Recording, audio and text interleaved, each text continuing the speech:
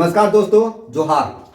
Class 9 का ये math है और एक्सरसाइज 7.3 पढ़ने से पहले ये फार्मूला थोड़ा देख लीजिए। बहुत इंपॉर्टेंट फार्मूला है, हर क्वेश्चन में इसका यूज होगा।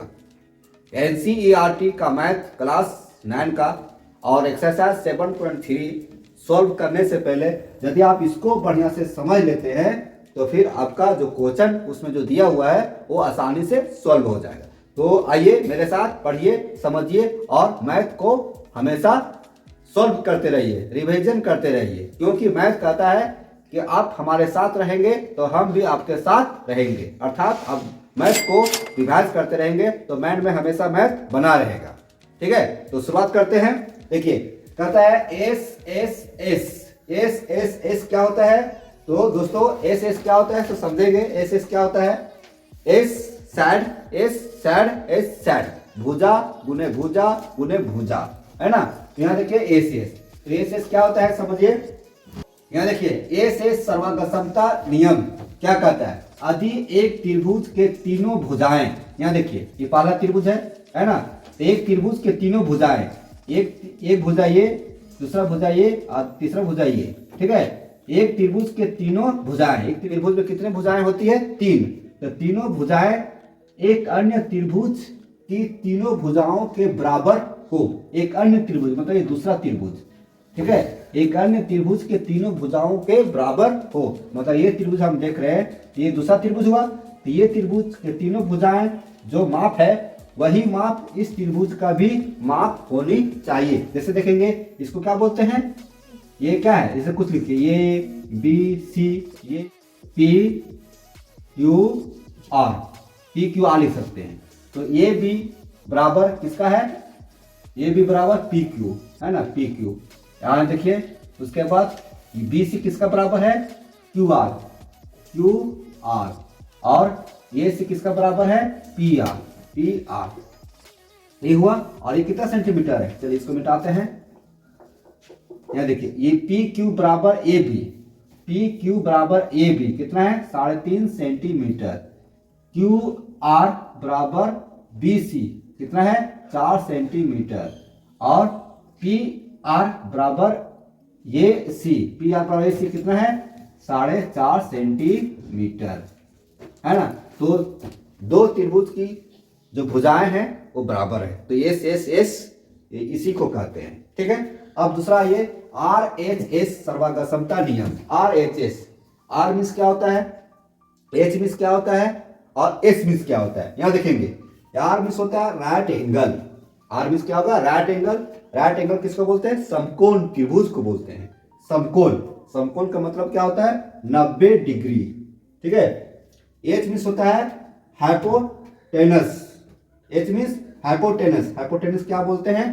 कर्ण। हाइपोटेनस में क्या होगा? कर्ण। कर्ण इसको बोलते हैं। ये जो ये देख रहे हैं भुजा, ये कर्ण है। ठीक है, कर्ण, ये भुजा कर्ण है। ये क्या है? कर्ण है।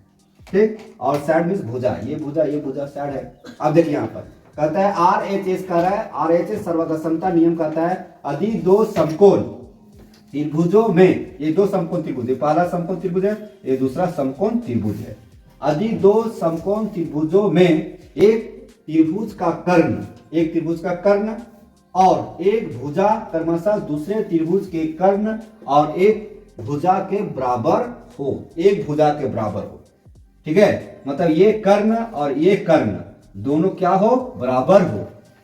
फिर समझिए, दो समकोण त्रिभुजों में, दो समकोण त्रिभुज है, समकोण मतलब 90 डिग्री कोण, ये भी 90 डिग्री और ये भी 90 डिग्री। ठीक है, दो समकोण त्रिभुजों में एक त्रिभुज का कर्ण, ये कर्ण और ये कर्ण और एक भुजा, दो भुजा में से एक भुजा, चाहे ये भुजा लीजिए चाहे ये भुजा लीजिए, दूसरे त्रिभुज के कर्ण, इसके कर्ण और एक भुजा के बराबर हो, चाहे ये भुजा लीजिए चाहे ये भुजा लीजिए।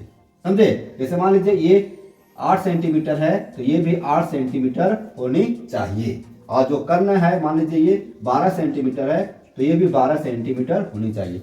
मतलब समकोण त्रिभुज का कर्ण और कोई एक भुजा बराबर हो दोनों त्रिभुजों में, तो दोनों त्रिभुज क्या होते हैं? सर्वागसम होते हैं। क्या होते हैं? सर्वागसम होते हैं।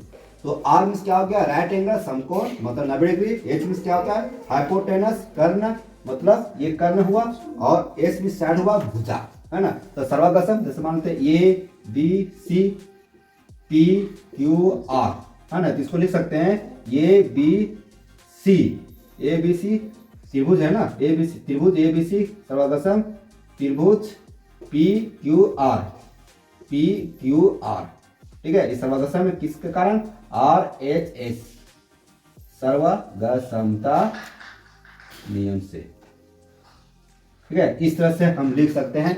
इसी तरह से इसको भी लिख सकते हैं, पी त्रिभुज है ना, त्रिभुज ए बी सी सर्वागसम त्रिभुज पी क्यू आर, त्रिभुज पी क्यू आर, है ना, किसके कारण, एस एस एस सर्वगसमता नियम से, सर्वगसमता से, ऐसे भी लिख सकते हैं। तो दोस्तों इस तरह से हम 7.3 क्वेश्चन बनाने से पहले इसको हम बढ़िया से डिटेल समझ सकते हैं, और हमारे जो प्रश्न होंगे और उसका सॉल्यूशन बहुत आसान हो जाएगा, ठीक है। फिर मिलते हैं नए वीडियो में नए